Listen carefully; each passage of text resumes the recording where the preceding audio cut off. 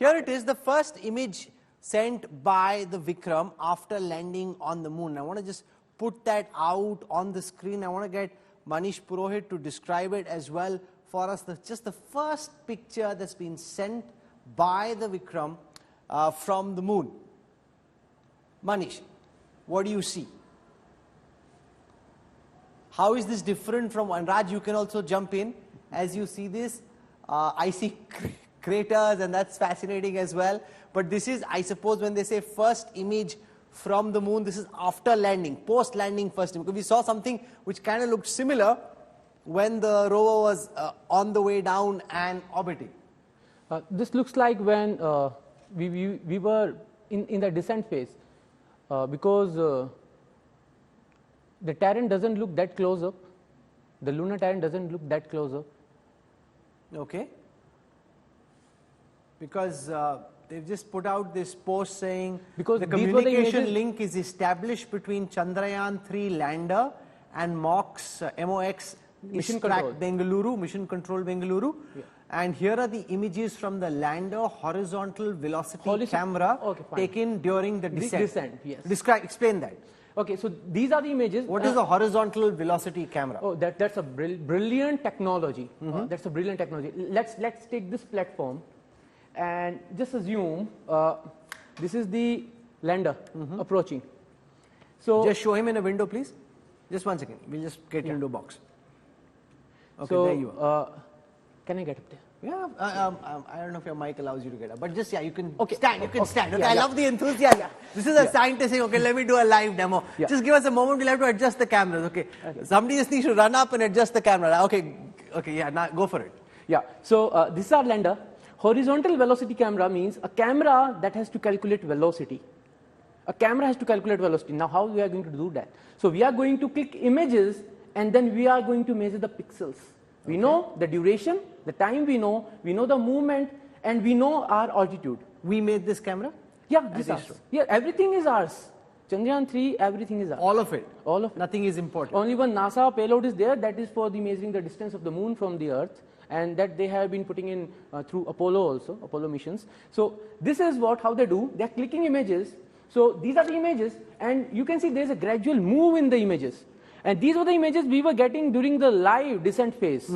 So craters will be moving, so we will be measuring, it's very simple, like put it in a very simple way. These blocks we see, I focus on this one, and when I'm moving, I'll see this block was appearing at this particular location. When I move forward, it moves by a few pixels. I'm measuring those pixels, and I'm going to, get the information calculated. Why is that such a big deal? It's a big deal because I'm doing it with the pixels. Because it's a camera.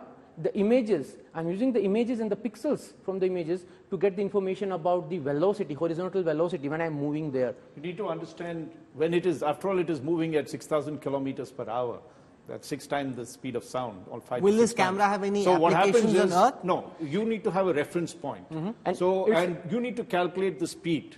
And you know that. Apart from this particular camera that is there, there's also a laser Doppler velocity meter. So what does that do? That is they've actually introduced it the first time in Chandrayaan-3, because last time when the camera was sending back information, there was a time lag, and when the thrust was more than what it was supposed to be, they couldn't detect it or noticed it at too late a stage, and that's what caused the error. So what they've done is built in multiplicity of redundancy. So apart from this camera giving you the velocity, at what speed is the speed being killed? Because you're killing it from 6,000 kilometers down to 1,000 kilometers per hour in the first phase that you're doing. So it requires some bearing. So apart from this, there's a laser Doppler radar, which sends a velocity meter, not a radar, which sends down signals, immediately picks back, and actually three-dimensional. So it's able to not only calculate the speed, but the position and everything else. So that's why they operated with the kind of confidence they had. But coming back to this picture, as I think Michael rightly put it, that it is probably coming at the descent phase. If you're seeing, I don't think you'll get clear pictures. These are 4 separate pictures. Yeah, I don't think you'll get clear pictures of the landing space for maybe a couple of hours till the dust settles down. Yeah. Others will all be clouded around that spacecraft. And it's electrostatically charged. So it'll take a little time. I think you may think of this as a stupid question, but it's important. Like when the Pragyan is out, if everything goes well and it's then on the moon, is it able to broadcast images live? Pragyan will give it to our Vikram. Pragyan can't communicate to us in the ground stations or to the orbiter. Okay. It will be communicating with the lander. It sends images. It is having camera. It is having data. It is doing in situ experiments. That data has to come for the scientific community. No, I'm talking about like, will there be a live, when the Pragyan is When Pragyan will driving come, around, so, will we see that live? Yeah, we will be getting images. We will be getting images from Pragyan. The images will be communicated to Vikram. Vikram will be giving it back on ground stations. Yeah, we are directly So communicating with the Vikram lander. sends it directly Let's to the see ground, this. or what's the role of Chandrayaan 2 in this?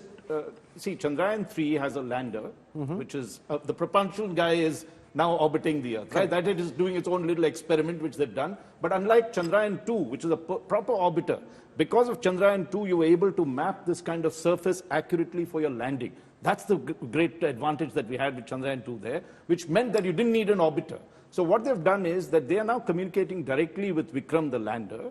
And when the rover moves down, the rover communicates with Vikram and then sends back whatever information that it needs to send back to mission control in Bangalore. So the way it works is you're directly linked. Mission control is directly linked with the lander.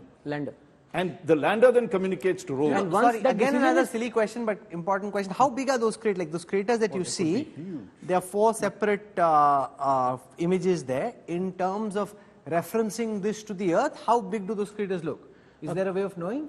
For that, we need to know what was the height when they were taken. But the southern polar region craters are big. The biggest one. When you mean big, like how big is big? Big is like it is 12 kilometers deep. The southern the crater on the south. So what if the Pragyan goes into one of those craters? Oh, no, we are not going that far. We are going in the southern polar region.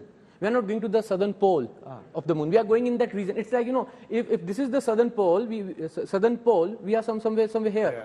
That's 70 degrees. But it's a very good question you ask, because what happens that's one of the great difficulties of landing a craft, and that's why people didn't do it in the past. Most of the Americans, Chinese, and everybody landed at the equator, where the sun is shining all the time and they can see it. What happens at the South Pole area is that you cannot assess how deep that is, because the shadows.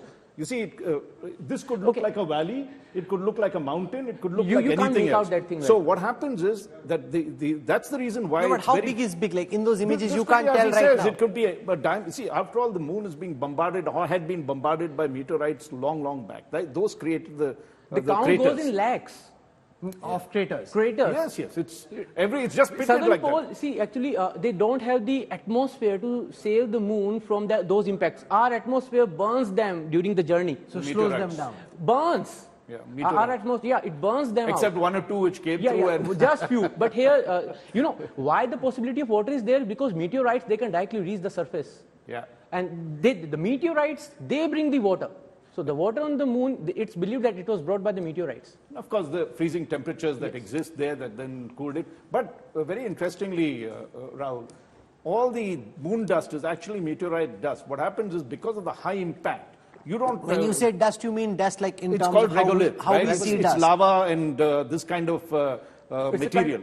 So it's very, very light material, right? And it floats up because because there is no atmosphere, it gets electrostatically charged.